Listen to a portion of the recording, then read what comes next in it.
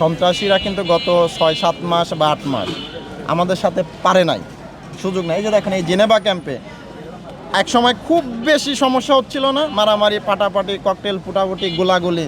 তো যারা এটার সাথে জড়িত ছিল তাদের তো একেবারে লজ্জাজনকভাবে এখান থেকে তুলে নেওয়া যাচ্ছে, মানে ল্যাংটা করে এখান থেকে মানুষজন তুলে দিছে।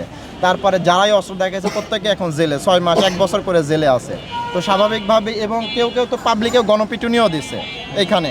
তো এটা তো তাদের জন্য একদম প্রমাণিত মেসেজ যে মোহাম্মদপুর আদাবরে সরকার যে কঠিন অবস্থায় আছে, এরপরেও যদি এরা মনে করে যে হচ্ছে যে আমরা হয়তো কোনোভাবে রক্ষা পেয়ে যাবো, তাইলে যে অবস্থা হবে এরকম, মানে লজ্জাজনকভাবে পরিণতি হবে, মাসের পর মাসে অন্ধকার কারাগারে পড়ে থাকতে হবে। আর সর্বশেষ আরেকটা কথা, সেটা হচ্ছে যে আমাদের মাননীয় সরকার মহোদয় থেকে সুস্পষ্ট নির্দেশনা আসছে যে পুলিশ তার আইন অনুযায়ী কাজ করবে, কোনো দল, মত, কোনো বর্ণ দেখা যাবে না।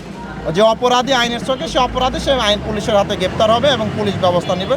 এক্ষেত্রে কারো কোনো তদবির, সুপারিশ বা পরিচয়টা কোনো কাজেই আসবে না।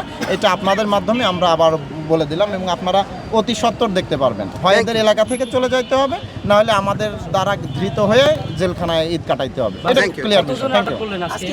এখন পর্যন্ত অভিযান চলমান। আমাদের ওই যে গোডাউন বানাইছি আমরা, ওইখানে আসামি ধরা হচ্ছে। বিকাশ পেমেন্টে 10,000 টাকার বেশি অফার, শপিং চলছে তো। মানে হেফাজতে নেওয়া হচ্ছে, এখানে রাখা হচ্ছে, জিজ্ঞাসাবাদ করা হবে। পরবর্তীতে আপনাদের আমরা এক্স্যাক্ট কতজনের বিরুদ্ধে আমরা আইনানুগ ব্যবস্থা নিলাম সেটা আমরা জানিয়ে দেব। যেমন গতকালকে বলেছি যে প্রায় শতাধিক, এরকমভাবে আমরা আবার রাতে জানিয়ে দেব। ধন্যবাদ।